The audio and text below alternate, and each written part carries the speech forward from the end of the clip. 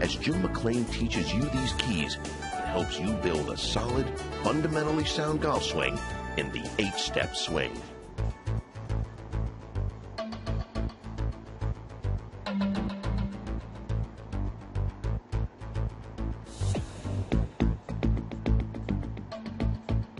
You don't need to master exact positions in golf.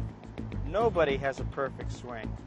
Trying to be perfect generally leads to an overanalysis and a loss of freedom. Letting go, having freedom in your swing, is a huge key to golf success.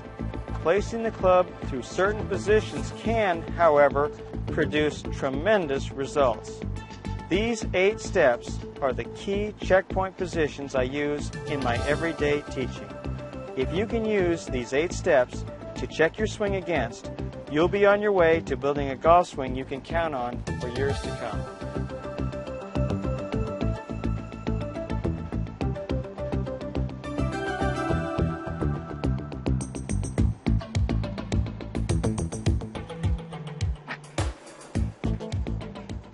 Hi, I'm Jim McLean, and welcome to the 8-Step Golf Swing video.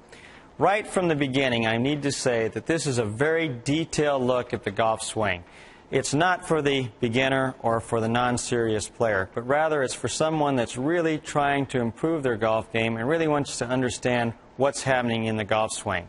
What I'm going to do is break the golf swing down into 8 positions. And by that I mean 8 steps or stages as you go through the golf swing. And by doing this, we'll be able to check out these different positions and see if you're doing well throughout the golf swing.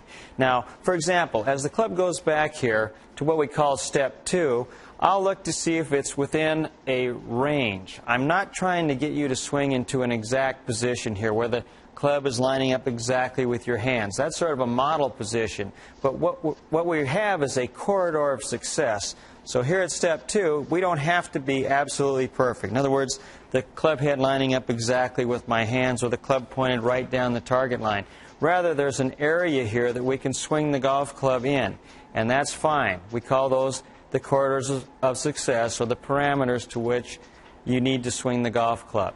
Now let me say there's a warning, and that is each step does contain very complete instructions. So it's easy to get over-detailed. Do not overdo it. Be careful that you're just working on simple concepts, because I am going to go through many things that can go wrong within each step. Now, coaches in all sports break down the action of their sport into manageable pieces, and that's what I've tried to do in golf. I don't try to teach all 8 positions to one person in a lesson. I never do that. But I do look at these 8 positions so that I can see where the first problem occurs in the swing. I don't want to be correcting a result. Rather, I want to be correcting a cause. And that usually happens early on in the golf swing. Also, instead of thinking of 8 different spots, sometimes we break it down to the basic positions, which we would say would be step 2, which is halfway back, 4, top of the swing, 6, impact, and 8, finish. So those would be 4 positions that you could look at in the golf swing so that you wouldn't have to think of 8 different places to go to, but maybe just 4. And sometimes we may just do 2. Now, in each lesson that I give, I always look at the 2 basic components to the golf swing. And that would be the golf club. What is the club doing in the golf swing? And when I look at the club, I'm basically looking at the shaft and the club face. And second, the body. And we put the club down and look at what is the body doing in the golf swing.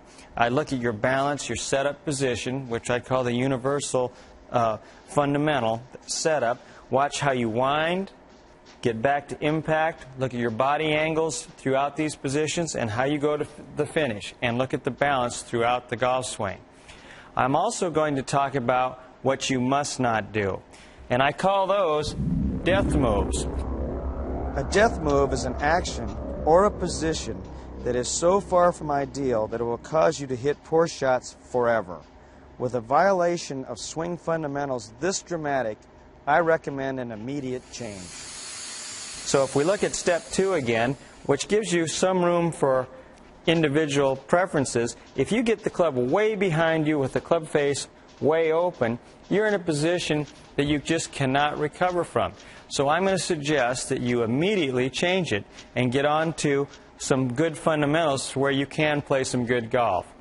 Now, when most people think of practice, I believe they think of a driving range, blisters on their hands, big stack of golf balls, hitting a lot of golf balls, and maybe, for all that work, some measure of success. Now, I don't minimize hard work, far from it, but I do believe that it's very important that you work on the right things. And I see many people go to the range with not a clear idea of what they're trying to do. They don't have a game plan. So hopefully this tape will provide you with clear fundamentals and a clear idea of what you should be working on when you go to the range so that you can use your valuable practice time better. Remember, we're only going to focus on certain steps as you go through the 8-step swing. Don't try to do everything at once.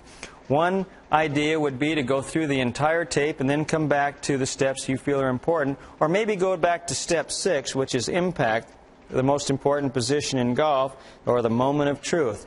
And when you understand where you're trying to go to and the conditions of good impact, that oftentimes helps you with your entire golf swing and your whole concept of how to swing the golf ball. So now, let's go on to step 1 and 2.